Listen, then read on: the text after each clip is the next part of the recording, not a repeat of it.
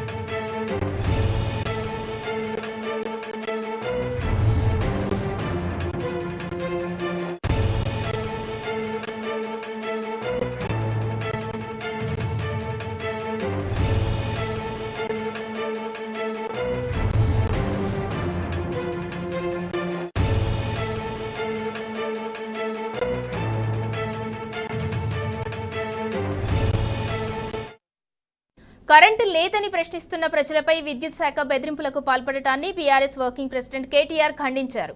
Current లేదని social మీడియాలో పోస్టులు చేసిన వారిని విద్యుత్ ఉద్యోగులు బెదిరిస్తున్నారని కేటీఆర్ అన్నారు.